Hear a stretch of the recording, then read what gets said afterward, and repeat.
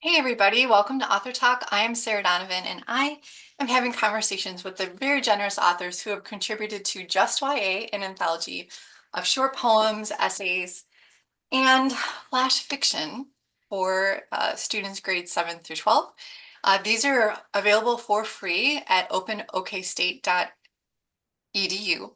And you can get a paperback copy if you wish to purchase one. So today we are joined by one of our authors, Christine Hartman Derr. Will you please introduce yourself and tell us where you are in the world? Yes, thank you so much for having me. Osio, Christine Hartman Derr Dagodoa, Ale Ayachichalagi. Hello, my name is Christine Hartman Derr, and I'm a citizen of Cherokee Nation. I'm currently based out of East Tennessee. I live on ancestral Cherokee land, actually where my particular family is from, so that's very special, pre-removal. And I'm a citizen of Cherokee Nation of Oklahoma, so I am originally from Oklahoma. Um, and yes, that is where I am. Well, can you say a little bit about how you became a writer or author? Yes, I have always loved stories and storytelling in all of its various forms from the time I was very small. I was always a reader. Once I learned to read, I just began devouring books. And then I was like, oh, I can write my own. That's a thing I can do. And at fifth grade in Oklahoma, my fifth grade elementary teacher took me and another student to a children's writing conference where we got to meet authors and do a little workshop and go to seminars. And it was all about children's literature. And it just opened my eyes to this whole world. So then writing was always a part of how I told story from then on. And I majored in creative writing in undergraduate, and then I got my Master of Fine Arts in writing for children and young adults from the Vermont College of Fine Arts. Just last year, I graduated. So, Oh, kind congratulations. of, thank you. So, always a writer. As once I learned that that was an option. Yeah, well, I think that's part of it is like, where do we learn where do we learn that it is a way that we can live our life, that we can make a living, that we can go to school for it. So it's great to hear that you can do an undergrad in creative writing and then you get a master's in fine arts is the next step. Yes, it was. There was quite a big break between those two degrees. So, it's never too late. You can always go back to school and learn new things. Wonderful, wonderful. What do you think is like a lesson that you learned from your MFA that might be like a big takeaway from studying it as at the master's level or doing that work the last couple years? What might be like a little bit of advice that you could share for the writers listening? Yes, I think my biggest takeaway was I learned how to ask myself the right questions about my own writing. So I learned to look at my writing with a critical eye, where I wasn't necessarily being hard on myself, but I was evaluating it at the craft level of, okay, like I could be stronger here, and oh, well, like the dialogue's great though. And then I also learned how to, when I had a question of, what's something I want to do, I learned the process of how to explore that using mentor text. So, like recently, I was writing a lyrical picture book that was very emotionally resonant and uses a lot of metaphor. And so I went and I found a ton of picture books that did that. And I studied them and I looked at all the different approaches other authors took and how they did that effectively. And then I stared out the window and thought about it for a really long time. And then I applied it to my own work. And so I think learning how I learned and then learning how to apply what I can learn from others to my own work in a way that is fresh in my own is probably one of the broadest takeaways that I think I'm going to be employing over and over again my whole writing life. Oh my gosh, I'm so glad that you shared that bit about the mentor text because this is something that we really focus on here as we're working with new teachers, but also as a writer myself. And the reason that we have this beautiful book is because we want these to be mentor texts. We want your poem to be a mentor text to the students reading, and that they might say, wow, look at what this author is doing. Can I do something like that with my own story, with my own languages, with my own life? And I think that's really the beauty of that is to have youth-centered mentor texts that speak to the lives of our students so that inspires them to do some of the writing too. So I'm so glad that you brought that up, the value of the mentor text. Well, I wonder if you would like to introduce your poem or if you want to read the poem first and then talk about it after. I'll probably do a little bit of both. Okay. I also have my coffee I'm very excited about. So I wrote this poem actually as an exercise I was doing to explore a character in a novel in verse, a middle grade novel in verse that is was my creative thesis at school, and that I'm still revising because it is a very tender topic and I'm taking a lot of care with it. So I'm taking my time with it. And I just wanted to explore finding a place that feels safe and what that feels like, and also connecting with the natural world, especially when, as a student, so much of your day is spent inside. Um, and so that, and also including Cherokee language, because that's something that is really at the heart of a lot of my work. I'm a language learner, and I think it's really important to have our language on the page because it signals that we're still here and that our language belongs on the page, and we've always belonged. And so I just try to share that whenever I can. So that way, any young Cherokee readers might be like, oh, I recognize that. How magical. That's how I felt the first time I saw Cherokee in a book, at least. So this is A Place to Breathe. Off the path, behind some trees, a clearing sits and waits for me. A forest symphony, a place for finding Tohi. Here, I can simply be, simply breathe, find a way back to me. Those hateful words, that awful silence recedes in waves until it's quiet. The clouds drift by, the sun softens, leaves whisper comforting words, a language maybe I used to know. Wado de Tluga, I think the trees, next to the grass, the bees. Wado ganaleska, gratitude for wind, for breezes. Wado nehanahi, gratitude in a whisper to Creator, for feeling wrapped in that precious, never ending ancestor love, for this world, this clearing, this moment. The twig snaps. Two pairs of eyes watch me, watching them. A doe and her fawn hover on the edge of the small clearing. They take me in, weigh my soul, then stay, nibbling at a bush. They feel safe. So do I. That's when I know we'll be all right. Thank you so much. I wonder, as you reread the poem, knowing that it's part of the of your novel as well, what stands out to you again as you revisit today? I think what stands out is just that feeling of being centered in the world and all like letting all of that tumultuousness go and just connecting with nature and connecting at a level where you can have that sort of encounter with wildlife. And that particular nugget is actually something that happened to me. um, when I was in middle school, I found a clearing and was having a very hard day and had been very emotional. And then I was just sitting and I let all of that go. And I closed my eyes. And when I opened them, there was a deer and a fawn. And then the buck came along and I was like, oh my goodness. And then they just hung out with me right there. And it just made me feel like everything was going to be all right. That, like, if we can get to this place, it'll be okay. And so I really wanted to capture just the emotional resonance of that experience and give it to this character at a time when she was dealing with something really hard. I think this is a lovely way of thinking about poetry that, maybe we can forget sometimes when we're teaching. And I know you said that you were a teacher before too, when we're given this anthology or a textbook and we read it with our students and then they answer questions about the poem. Um, we don't often think about the way that the poet is giving something to a character or that the way the poet is giving something to the reader.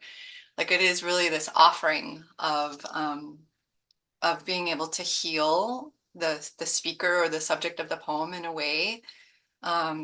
It's the way that you talk about it feels very much like a gift. That when we're creating characters, we can give them something that we needed or remind them of something that they might not be overlooking or that they might have overlooked. And when our students write poetry, they can write a poem imagining what they wish they had or what they really needed as much as, describing their surroundings. And it feels like your poem is doing all those things at the same time. Oh, thank you. That was the goal, so I'm glad it was effective. I wonder if you could say a little bit about your use of white space. Oh, yes. This is something I that comes up a lot, I think, when we work with young writers. For whatever reason, they like to center things on the page, right? They want to write their poem right down the middle, everything's centered. And then sometimes the poems that we read in the textbooks or whatever that are given to us as teachers, everything's justified, here. But you're doing some really interesting things with the line, the placement on the page, the space between them, and the font also, like all those different things. So there's like an art to making it on the page. Yes. Well, I'll be honest. The font was so it would fit on one page so I could submit it. Yes. So the font was a practical matter. But um, the white space, I love playing with white space. I think that where you it in a poem, it's where you're leading the reader's eye. And I think that, with my opening of how it kind of goes back and forth, I was hoping to give that feeling of like when you're going through the woods and there's often not a straight path, you're moving around the foliage. And it's also like that's kind of how thoughts work too, as this character is processing what she's been through this day, um, she's working through it in a very nonlinear fashion. And then she finally finds this, like, okay, this is where I am, like deep breath. And then she can move past it and kind of get back to herself. So as it goes from those hateful words to until it's quiet, um, the indent decreases step by step. And that's her getting back to herself. Um, and I'm trying to think of all of the things that I took into consideration when choosing the white space. A lot of it is I start out just intuitively following like where I go. And then later I'm like, oh, like that totally works with how, thoughts work in a nonlinear fashion. Mhm. But that wasn't intentional when I was writing it. It just came out that way. Yeah. And then in editing, I play a lot with the white space and just see, like where do I want the reader to spend more time? And that's where I'll often put a line break. Um, and so like for feeling wrapped in that precious, never-ending ancestor love, like I really wanted all of that together because that's a very distinct feeling. And I didn't want that to be broken up. Like that is like a whole, like you're wrapped. And so it's encompassing. So it should all be on one line. Um, and so, yes, I hope that answers the white space question. I'm also searching my brain for all of the decisions that I made when I wrote this so long ago. Well, I think that that's another way of thinking about, experiencing the poem in different levels. When we hear it, and then we see it, and then we might think about the intentional decision. So, like as a whole, the art of it. But then you look at the craft of each of the lines and the way that it's organized, and recognizing it's very intentional. But also intuitive. So there's things that the poet does out of feeling, and then others where I have it and you have it in this way because you want us to read that in one breath, or you want us to see that in one space, to sort of serve your intention. But of course, the reader can do what they need to as well, right? Yes, yes. And I think that balance between intuitive and intentional is really key. And I think process wise, when I'm drafting, I'm very much leaning into intuition. And when I'm revising, I'm leaning into intentionality.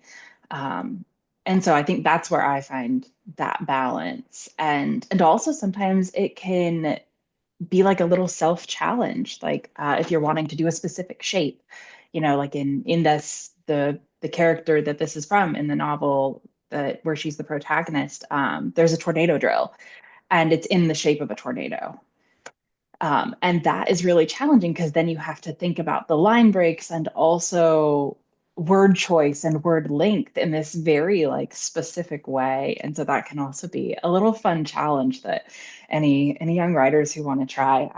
finding a shape and then writing a poem that fits it both metaphorically and thematically and also structurally is, I mean, I find it fun, but I like to be challenged. So, Well, yeah. Well, and it seems like in your book, I also think one of the reasons we like to choose or we like to encourage students to read, choice novels or to have like a really rich classroom library is so that students can see a variety of ways that people tell stories and how novels and look in different ways. And so I'm sure they're going to be like finding your book and like, where's that tornado poem? Where's that?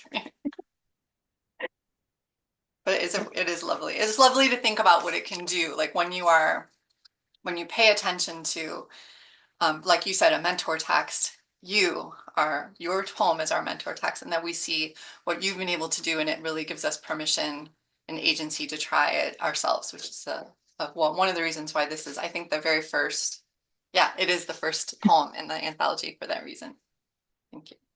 Well, you mentioned your novel. I wonder if you could say a little bit more about what you're working on now. I imagine, like you said, you're doing some revision. Do you have other projects that you're doing? yes. So right now I am working with an editor on my debut novel, which comes out next summer, summer 2026, which is called The Witches of Bear Creek Falls. It's coming from Heart Drum. And I'm also honored to be in Heart Drum's upcoming YA anthology, Legendary Fry Bread Drive-In, edited by Cynthia Leidig Smith. So that comes out August 26th of this year, Wait, that is a 2025. title. Can you say that title one more time? Yes, it's Legendary Fry Bread Drive-In. And it's Wow. a whole collection of incredible Native authors that I'm so humbled to be among. And it's all set that we have a shared setting, much like Ancestor Approved, but this one is for young adults. So it's a bit of an older age group. And this drive-in, this legendary fry bread drive-in, is the setting that all of our different characters can interact with. Then there might be some crossovers and some very fun things. It's an excellent collection, if I may say so myself, since I'm in I'm it. so But excited about this. Okay, oh so when yes, does that come out? The that anthology? comes out August 26th. Okay, and then when is your book coming?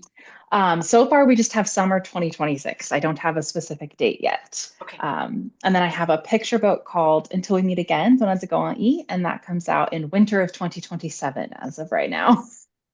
Okay, well, I think So, that is something that maybe our listeners may not understand. Like when you can write a book, but it can take 2 years. oh yes. Oh, Okay. it can take a long time. It depends on which kind of book. So my novel is a middle grade, so it's for ages 8 to 12. I started writing it in October of 2020.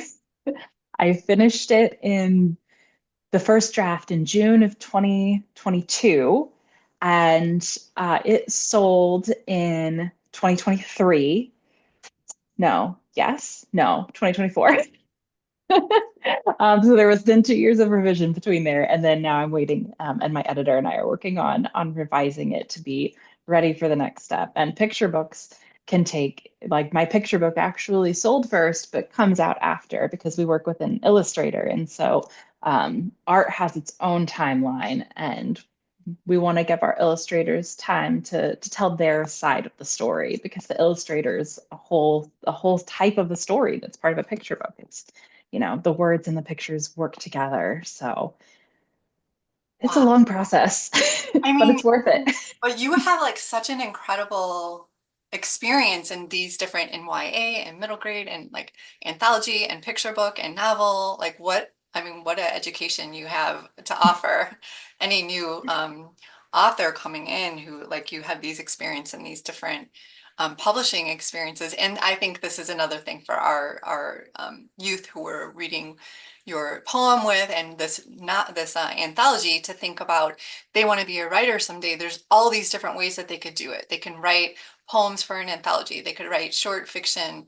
They could collaborate with other writers in a threaded anthology, like which is what you're doing. And they could create a picture book and partner with an illustrator, like all of these different ways of being a writer. And it's very exciting. It is. It's very fun, and I will say it's very validating because I've always been a very indecisive person, and I feel like as a writer, you're often told to like pick a genre, like focus, pick an area. And I feel like I'm proof that it's okay to be indecisive. You can do all of them. You just have to be willing to put in the work. And we are Uh, really glad that you have done all of them because we get to oh, benefit from your writing and we get to see it in all these different forms. Well, I wonder if in closing, if there's anything that you'd like to say to our teachers or teen listeners about writing or about your culture, about life. Any final words? sure. I think I'll probably speak mostly to our young writers or young readers.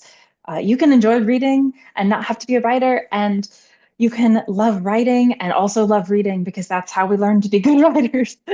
But you are the only one who can tell your story, and so you can help like uplift your community. You can help tell the stories that you didn't get to see on the shelf when you were a kid. That was part of what started me is I never had books that had Cherokee characters in them when I was growing up. And that's something that I'm so grateful we have now. There's a lot of books on the shelves with Native characters, with Cherokee characters. Um, and I'm really thrilled and honored that my voice gets to be among those. And to all of the young writers, your voice matters. We need your stories. So ignore, all of the doubt that's in your head and just keep pushing through and keep writing and keep telling your stories because the world needs them. And Love. thank you, teachers. We love you. Oh, yes, absolutely. Well, thank you so much for being with us today. And if you want to find out more about Christine, you can look in the comments of the video. See you next time.